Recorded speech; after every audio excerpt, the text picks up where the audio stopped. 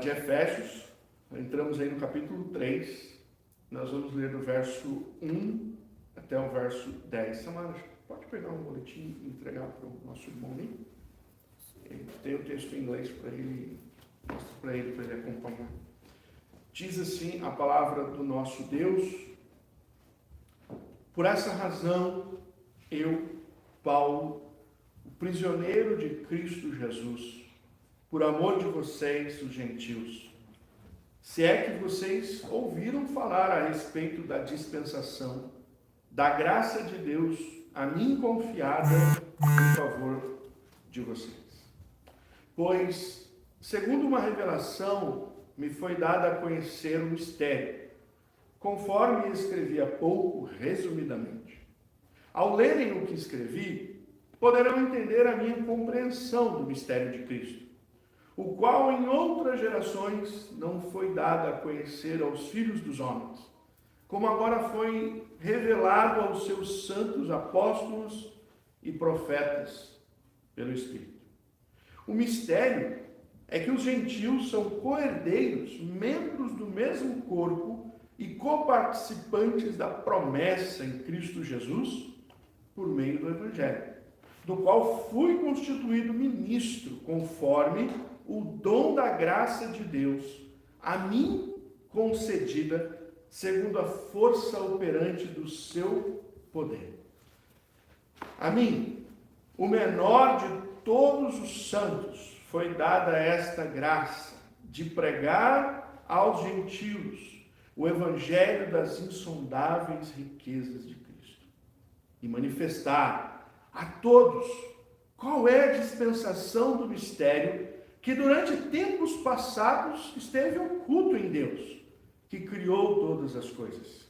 E isso para que agora, pela igreja, a multiforme sabedoria de Deus se torne conhecida, dos principados e potestades nas regiões celestiais, segundo o eterno propósito que Deus estabeleceu em Cristo Jesus, nosso Senhor. Em Cristo, temos ousadia e acesso a Deus com confiança, mediante a fé nele. Portanto, eu peço que não desanimem por causa das minhas tribulações em favor de vocês, pois isso é motivo de honra para vocês. Mais uma vez, Senhor, estamos diante da Tua palavra e ela é boa, perfeita e agradável. Ela sempre faz aquilo que o Senhor determina que ela faça. E nessa manhã nós pedimos que o Senhor determine que ela quebrante os nossos corações, que possamos nos moldar à Tua verdade mais uma vez. É em nome de Jesus que eu oro. Amém. Muito bem. No último domingo, nós vimos um trecho da carta do apóstolo Paulo aos Efésios e vimos que Paulo falou de uma nova criação. Deus criando um novo povo. É interessante porque quando nós lemos a Bíblia e temos a completa revelação, a gente vai lá de Gênesis até Apocalipse, nós conseguimos compreender o plano de Deus que muitas vezes a gente não consegue compreender só lendo um pedaço da Bíblia. Se você for lá e ler só Gênesis, sem ter o conhecimento de todo o restante da Bíblia, aquela leitura de Gênesis ela se torna incompleta, porque você não consegue compreender coisas que estão ali e que foram reveladas depois. Mas lá em Gênesis, você vai ver que Deus criou o homem. E todo o processo como Deus criou o homem está lá descrito. Mas agora, em Efésios, Deus vai dizer para nós o seguinte: eu vou recriar o homem. Agora é uma criação não natural, mas é uma criação espiritual. Então nós dizemos que os homens, em Cristo Jesus, eles são recriados, porque mesmo na sua vida natural, do dia a dia, eles vão viver de maneira espiritual.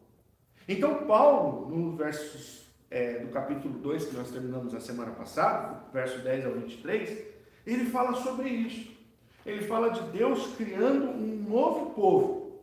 E aí ele vai dizer que ele cria esse povo, esse grupo de pessoas que estavam longe e foram aproximados de Deus por causa do sacrifício de Jesus.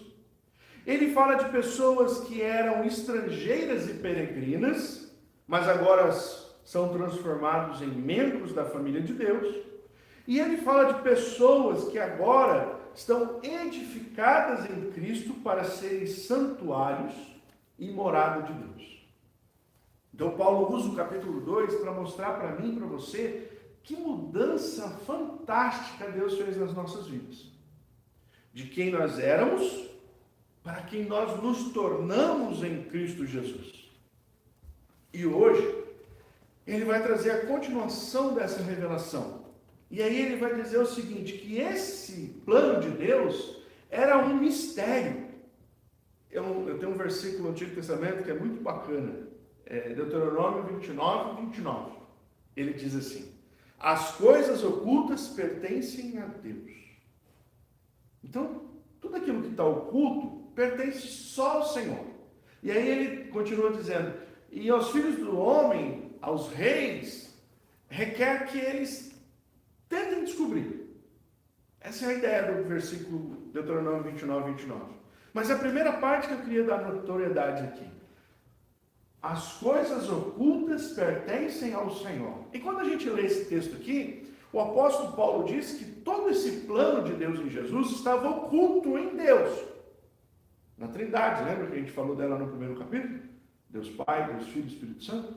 Tudo isso estava escondido em Deus. E é interessante porque a Bíblia diz que nem os seres celestiais sabiam disso. Os anjos não tinham conhecimento, os demônios não tinham conhecimento, os 24 anciãos não tinham conhecimento, ninguém revelado do céu para nós tinha conhecimento do plano de Deus. O plano de Deus estava oculto e era um mistério. Eu não sei se você gosta de ler livro de mistério ou assistir filmes de mistério, mas é interessante quando a gente assiste essas coisas e vai descobrindo aos poucos aquilo que vai desvendar o caso, aquilo que vai trazer a totalidade da história. Então Deus foi revelando aos poucos aquilo que iria trazer uma totalidade da história, mas o seu grande ápice só foi revelado em Cristo Jesus. Então Paulo diz, agora eu quero que vocês entendam que Deus revelou um plano, e esse plano estava guardado, e eu agora estou escrevendo para revelar a vocês. E aí sabe o que Paulo faz? Ele inicia esse capítulo 3 dizendo a respeito dele. É interessante, né? Porque quando a gente lê as cartas de Paulo, na maioria das vezes, Paulo começa falando dele, explicando quem é ele, falando que é o apóstolo Paulo, chamado na graça do Senhor e tal. E aí ele faz toda a carta, e lá no final, ele vai dar de novo. Eu, Paulo, escrevi essa carta por meio de fulano e tal. Então a gente tem um padrão nas cartas paulinas. Paulo aqui quebra o padrão. No capítulo 3 ele vai dizer de novo a respeito dele. Por que será? Porque o apóstolo Paulo quer reforçar o que ele está trazendo. Porque o que ele está trazendo agora, irmãos, é uma coisa muito nova.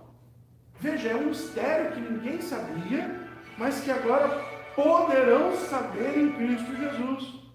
É algo que ninguém entendia e que agora poderão entender. Então isso é novo. Aí Paulo diz então o seguinte, eu estou escrevendo, eu sou Paulo, eu sou o prisioneiro por amor a vocês. Então Paulo dá uma característica de quem ele é o apóstolo que ama aquele povo, e ele fala qual é a situação que ele está vivendo. Paulo escreve essa carta da prisão. Ele está preso por causa do Evangelho. Ele diz, sou eu que estou escrevendo aqui da prisão, e a minha prisão é porque eu amei vocês, e porque eu amei vocês, e o Evangelho me trouxe até a prisão. E Paulo não está reclamando. Paulo só está sendo afirmativo, dizendo para aquelas pessoas quem ele é e o que ele está vivendo. A igreja de Éfeso precisava lembrar que o seu líder, aquele que fundou a igreja, aquele que sofreu por eles, estava numa situação de prisioneiro porque amava o povo que Deus lhe deu. É isso que Paulo queria que eles entendessem. E agora, Paulo queria dizer para eles: eu vou revelar algo para vocês. O mistério estava guardado em Deus, foi revelado em Cristo Jesus. E qual é o mistério? Se você ler o versículo 6 de novo comigo, vai dizer assim: o mistério é que os gentios são co-herdeiros, membros do mesmo corpo e coparticipantes da promessa de Cristo Jesus. Então veja, o grande mistério revelado é: os gentios são co-herdeiros com o povo de Deus. Quando a gente vai lá para o Antigo Testamento, lembra que eu falei? Se você lê o Velho Testamento sem ler o Novo Testamento, você fica sem entender totalmente a história. Quando a gente vai lá para o Velho Testamento, nós lemos promessas para o povo de Deus lá no Antigo Testamento. À primeira vista, nós achamos que Deus está fazendo grandes coisas e grandes promessas para os judeus. E hoje em dia, ainda há, por exemplo, muita igreja evangélica que faz uma leitura errada do Antigo Testamento. É por isso que você vai em algumas igrejas evangélicas, as pessoas têm estrela de Davi, o pastor lá usando um quipá, o camarada que é apóstolo põe uma éscula sacerdotal, sabe, usa aquelas coisas. E aí eles pegam essas referências, tudo do Antigo Testamento lá, e começam vou usar um termo aqui, pode chocar, mas eles começam a endeusar os judeus. Endeusam os judeus. E os judeus não são para serem endeusados. Eles são para ser observados, porque eles foram um povo que Deus chamou, fez uma aliança com eles, e por causa da aliança que fez com eles, nós agora fomos colocados nesta mesma aliança. Se você ler Romanos, Deus vai dizer o seguinte: olha, a oliveira brava foi cortada e eu trouxe uma outra oliveira e enxertei. Deus tinha chamado um povo, este povo era só o princípio, eu vim agora e coloquei um outro povo junto com ele. O que Paulo está querendo dizer para esta igreja aqui em Éfeso, que era formado de povos judeus e não judeus, é que o grande mistério de Deus é que Deus sempre quis todos os povos. Deus sempre quis que os povos chegassem a eles. Então, quando os gentios, diz que os gentios são co-herdeiros com o povo de Deus, ele está dizendo o seguinte: olha lá para trás, naquelas promessas, e saiba o seguinte: aquelas promessas não são para um povo criado no meio do nada, no deserto que eu criei. Não é só para eles. Eles são só o começo da história. As promessas são para todos aqueles que virão depois. Então, nós podemos entender que as heranças não estavam destinadas a um pequeno povo, mas a um povo composto de judeus e gentios. Agora, se você for lá comigo em Isaías capítulo 65, versículo 9 e 10, Isaías tem um trecho que diz assim: farei sair de Jacó descendência e de Judá um herdeiro que possua os seus montes. Os meus eleitos herdarão a terra, e os meus servos habitarão nela. Saron servirá de pasto para as ovelhas, e o vale de Acor de lugar de repouso para o gado, para o meu povo que me buscar. Quando nós olhamos para esse texto em Isaías, se a gente não sabe da promessa de Deus em Efésios, nós vamos dizer que Deus está falando só para o povo lá do Oriente. Mas se nós olharmos bem, ele diz aqui que de Judá, um herdeiro que possui os seus montes. Quem é o leão da tribo de Judá? Quem é a referência nesse texto aqui?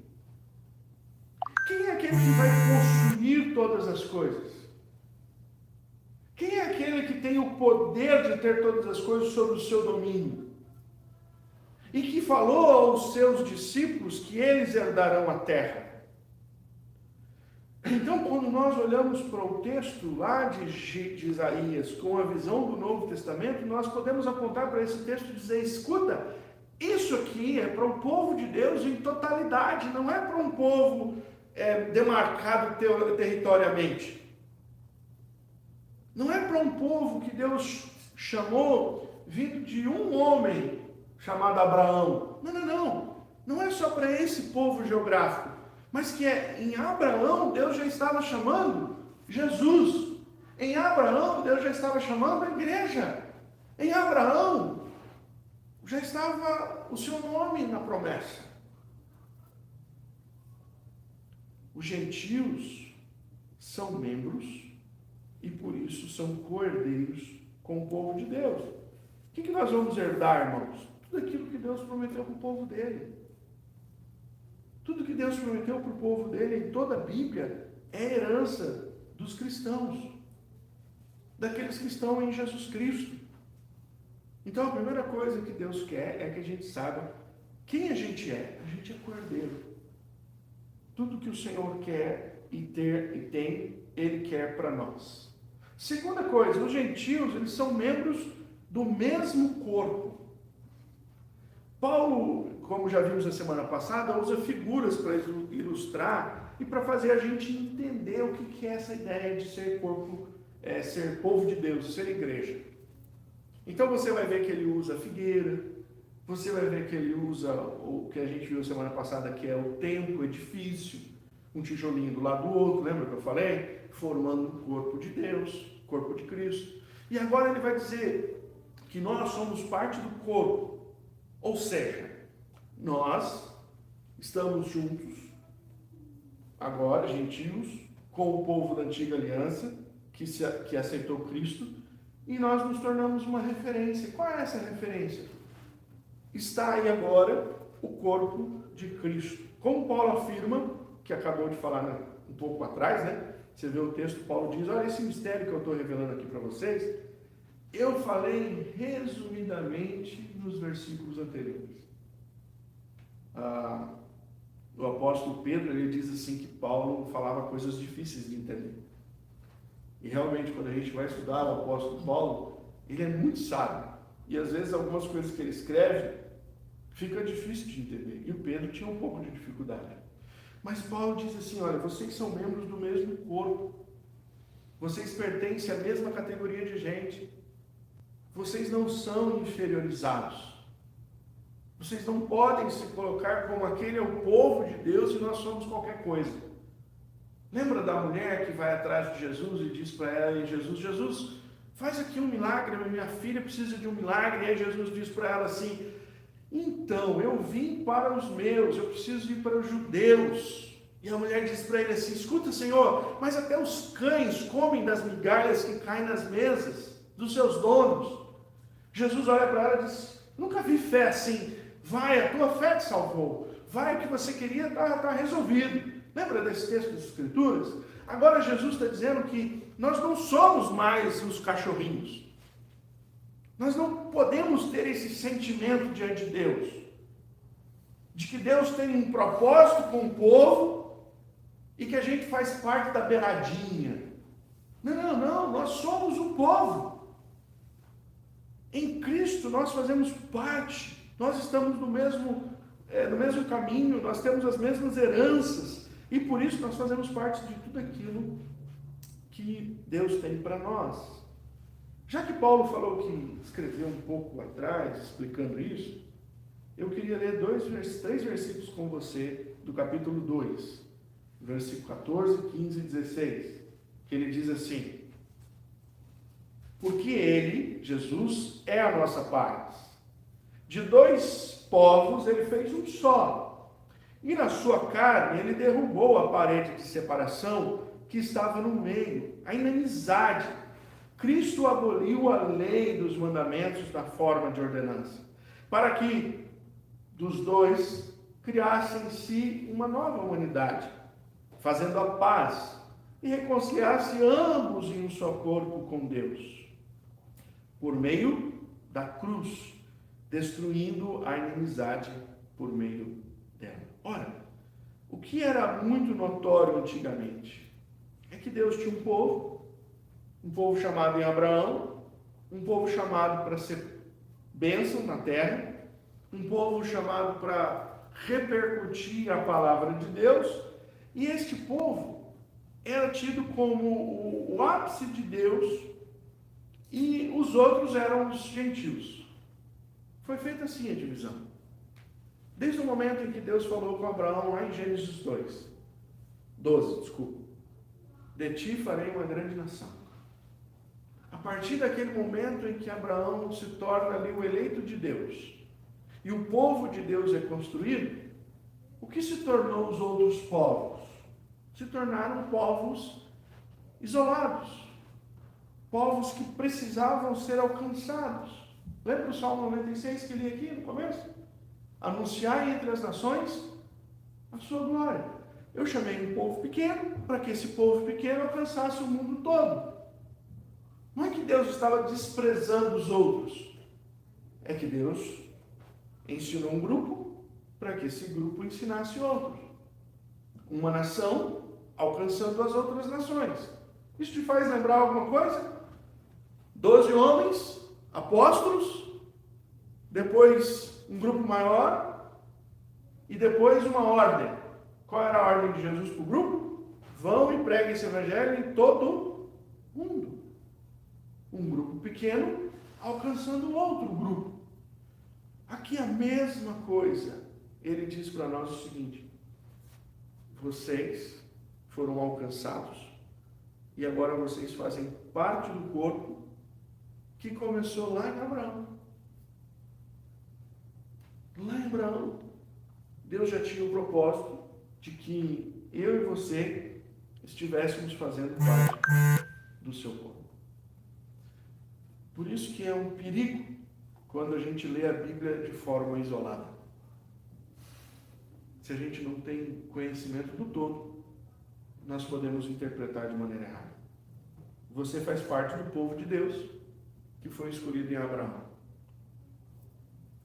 Aquela aliança não foi destruída, ela só foi completada. Ela não foi exaurida, esquece. Tem gente que fala assim: agora Deus fez o seguinte, ele deixou o povo judeu de lado, vai trabalhar um pouco com a igreja, depois ele pega o povo judeu de novo. Não existe mais a igreja e o povo judeu, existe o povo de Deus, que precisam estar nele, judeus e não judeus. Porque Jesus quebrou a parede de inimizade.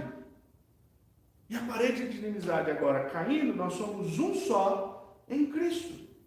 Então eu sou um com o judeu, eu sou um com o americano, eu sou um com o brasileiro, eu sou um com o africano, eu sou um com o chileno, com o chinês, com qualquer espécie de povo que Deus separou sobre a face da terra. Ele pediu para que todos esses povos viessem e se tornassem um só. Na onde? Em Cristo Jesus.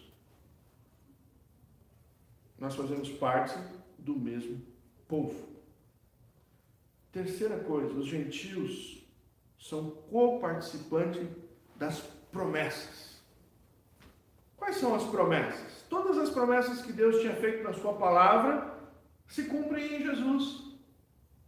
Tudo aquilo que Deus tinha apontado se cumpre em Jesus. Portanto, as promessas do Antigo Testamento não são para um povo judeu, mas são para todos nós. Nós que antes éramos gentios, que andávamos desgarrados, mas que agora estamos contados como herdeiros espirituais. Nós somos parte dos povos abençoados em Abraão. Qual era a ordem de Deus para Abraão? Se tu, uma bênção. Não era isso? Se tu, uma bênção. O que Abraão tinha nele como chamado para o povo de Deus daquela aliança, era para que a bênção que Deus estava dando ali chegasse em todos os lugares. Essa bênção chegou até você. Porque Jesus trouxe a bênção para você. Porque Jesus era o cumprimento da bênção de Abraão. Porque em Jesus se cumpriu tudo aquilo que Deus prometeu no Antigo Testamento. Irmãos, não falta nada para Deus cumprir. E nós corremos o risco quando nós achamos que ainda existe algo além de Cristo. Não existe. É por isso que Efésios tem esse tema que nós demos aqui. Viva em Cristo. Tudo está em Cristo. Não existe nada fora de Cristo. Se você está procurando alguma coisa além de Cristo, você não compreendeu o Evangelho de Jesus. Você não compreendeu a história e todo o feito. Você não compreendeu o mistério. E é por isso que Paulo diz, o mistério que eu estou revelando aqui para vocês é que vocês agora, gentios, um povo que era esquecido, se tornou o povo de Deus. E tudo que Deus tinha para o povo deles é seu. Se eu fosse o pentecostal aqui agora, eu ia falar, receba! Receba aquilo que o Senhor fez em Cristo Jesus. Porque você faz parte desse propósito. Por fim, do versículo 10 ao 13, ele diz que todo esse mistério deve ser manifestado pela igreja. Interessante, né? Deus criou todas as coisas, o plano dele fez todas as coisas, ele apontou lá em Abraão, cumpriu tudo em Jesus. Ele deu tudo isso para nós, ele nos colocou no seu corpo, e aí ele diz, agora é o seguinte, presta atenção, eu escolhi a igreja para manifestar esse propósito, esse mistério, a todos os principados e potestades. Sabe qual é a coisa mais interessante? É que às vezes eu tento ler a Bíblia, e eu tento fazer imagem das coisas, né? Para poder perceber um pouco melhor. E quando eu li isso aqui, eu falei, peraí, quer dizer que chegou um momento, quando tudo se cumpriu em Jesus, que os anjos fizeram,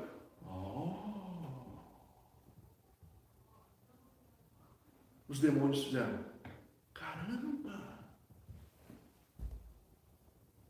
todas as coisas foram reveladas, os olhos de todos os seres espirituais viram isso, entenderam isso. E aí Cristo diz, agora é esta igreja que revela isso. A totalidade do povo de Deus, os judeus do Antigo Testamento, os gentios do Novo Testamento, compreendidos em um corpo só, fazendo uma coisa só, que é manifestar a glória de Deus a todos os principados e potestades. Quando nós compreendemos isso, nós começamos a aprender mais um pouquinho de quem é a gente diante de Jesus. Lembra quando Paulo diz lá no capítulo 1 que a gente já viu? Ele resolveu manifestar o poder da sua graciosa, ele fala uma redundância, né? Da sua graciosa graça, da sua graça poderosa. Ele resolveu, quando a gente descobre isso, que isso está em nós, que esse poder está em nós, que essa graça de Deus nos impulsiona, isso tudo devia fazer com que a gente compreendesse melhor a nossa vida diante de Jesus. Quem somos diante de Jesus?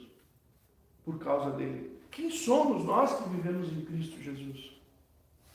A igreja não tem convicção, irmãos, e não se despertou muitas vezes ainda para o que ela é. Nós somos cegados, muitas vezes. Por isso a gente perde tempo com coisas que a gente não devia perder. A gente faz coisas que a gente não devia fazer. A gente se preocupa com coisas que a gente não devia se preocupar. A gente tem medo de coisas que a gente não devia ter.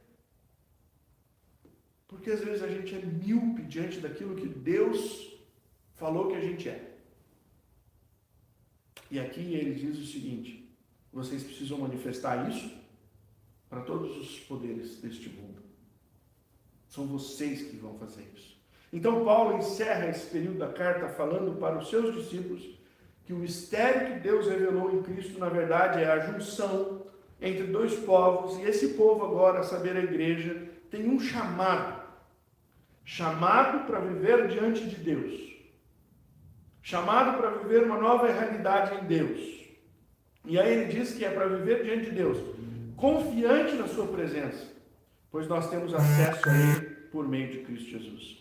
Olha quando ele diz isso lá no versículo, deixa eu chegar lá, ele diz assim, versículo 12, em Cristo temos ousadia e acesso a Deus com confiança, mediante a fé nele. Um povo que foi convidado para andar em fé. Um povo que foi chamado para saber que em Deus Nós existimos. E a nossa unidade com Deus não pode ser retirada, irmãos. Paulo, tentando falar isso em Romanos 8, ele diz assim: quem poderá nos separar do amor de Cristo? E aí ele começa a citar um monte de coisa que provavelmente os cristãos daquela época pudessem pensar que haveria maneira de nos separar de Jesus. E aí Paulo termina dizendo: estou bem certo de que nada, nem neste mundo, nem no porvir, poderá nos separar do amor que está em Cristo Jesus. Então Paulo está dizendo: vocês foram criados um novo povo para viver em Cristo e viver de forma que espelhe a glória de Deus para todas as pessoas, para todos os poderes. Esse povo é chamado para viver confiante na presença do Senhor.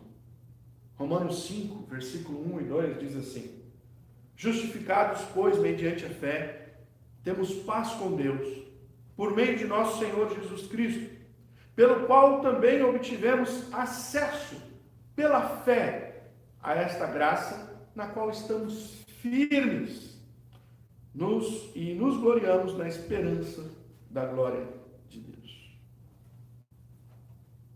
Crentes em Cristo, justificados em Jesus, sabem da sua presença nele, vivem nele e espelham a glória dele.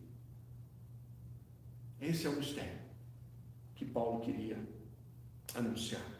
Por isso Paulo termina dizendo que aqueles que creem nisso não podiam desanimar por causa da prisão dele. O último versículo, aí, versículo 3, ele diz: por isso não desanimem, porque eu estou preso. E vocês podem se desanimar porque eu estou preso. E eu não quero que vocês se desanimem porque eu estou preso. Porque se eu estou preso, tem um propósito e isso deve ser para a glória. Pense que isso é uma bênção. Vivam como igreja e não desanimem com as lutas que aparecerão. Tem muita gente que começa bem o Evangelho, anda com Jesus, entende a proposta de Jesus, crê na salvação, caminha com Ele, mas aí começam algumas coisas a acontecer na vida da pessoa e ela começa a pensar: será que Deus está comigo mesmo? Vem aí, às vezes, o desemprego, vem uma enfermidade, vem um problema na igreja, porque a igreja dá problema, viu, irmãos? A igreja traz muita bênção para a nossa vida, mas traz muito problema, porque as pessoas vêm para a igreja, isso é terrível. Se fosse uma igreja de gatinho, cachorrinho, talvez não dava muito problema, mas igreja de pessoas dá problema. Porque aí entra, infelizmente, o corintiano, você entendeu? O palmeirense. E aí as coisas começam a não dar muito certo. Mas aí Paulo diz: todos os problemas que vão aparecer, todas as lutas que vão aparecer, isso não pode te desanimar. Não pode. O apóstolo Paulo, escrevendo a carta dele para Timóteo, ele diz: Timóteo, eu estou sofrendo com Alexandre.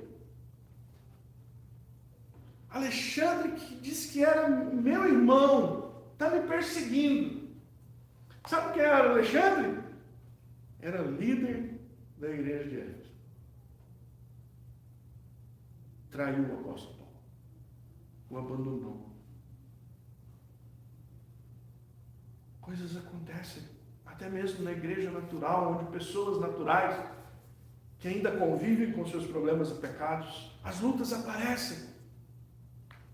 Eu sempre conto um caso que aconteceu uma vez, que uma irmã arrumou uma briga na igreja por causa da cortina que tinha atrás da igreja. Porque ela falou o seguinte para o pastor: olha, o pastor tirou a cortina estava feia e tal. Aí a irmã falou assim: eu vou doar a cortina. Aí o pastor falou: que bênção, glória a Deus, irmã, tá bom. A irmã doou a cortina. No outro domingo, quando a irmã chegou na igreja, tinha uma cortina nova no lugar. Ela ficou irada. Depois do culto, ela procurou o pastor. Falou: escuta aqui, eu falei que eu ia doar a cortina e agora tem uma cortina nova lá. Aí o pastor disse para ela, então, irmã, você falou que ia doar a cortina. A outra irmã foi lá, comprou e colocou. O que eu faço? Vamos ficar gratos porque a cortina está lá? Mas essa irmã não gostou. Então as pessoas às vezes saem da igreja por causa da cortina. Por causa de coisas bestas. São batalhas. São coisas que vão acontecer. Desânimos que aparecerão. E aí Paulo diz o seguinte, não desanimem. Se vocês entenderem o mistério de Cristo e veem quem vocês são nesse mistério de Cristo, nada pode parar vocês. Nada pode desanimar vocês. Porque se vocês entenderem isso, irmãos, vocês não vão trocar isso por absolutamente nada. Para concluir e aplicar as nossas vidas, eu queria deixar aqui duas coisas para a gente pensar. O mistério escondido foi revelado. Você faz parte do povo de Deus. Há grandes bênçãos e promessas sobre a sua vida. Duas perguntas. Como você viverá diante dessa verdade? Sabendo disso, como é que você vai viver diante disso? Segunda pergunta. Sabendo disso, o que mudará em seu coração e sua atitude? Sabendo de que Deus fez tudo isso, te chamou lá em Abraão, conduziu a história, trouxe Jesus, colocou você no corpo de Cristo, derramou as bênçãos espirituais sobre a sua vida, disse quem você é, você é inseparável dele agora. Como você lida com isso? Pense sobre isso. Segunda coisa, você descobriu que é a igreja de Jesus. Chamados para viver confiante na presença de Deus. E declarar isso àqueles que ainda não conhecem o ministério. É para isso que Deus fez. Agora vocês são a igreja, manifestem nas regiões celestiais. Manifestem isso aos poderosos. Manifestem.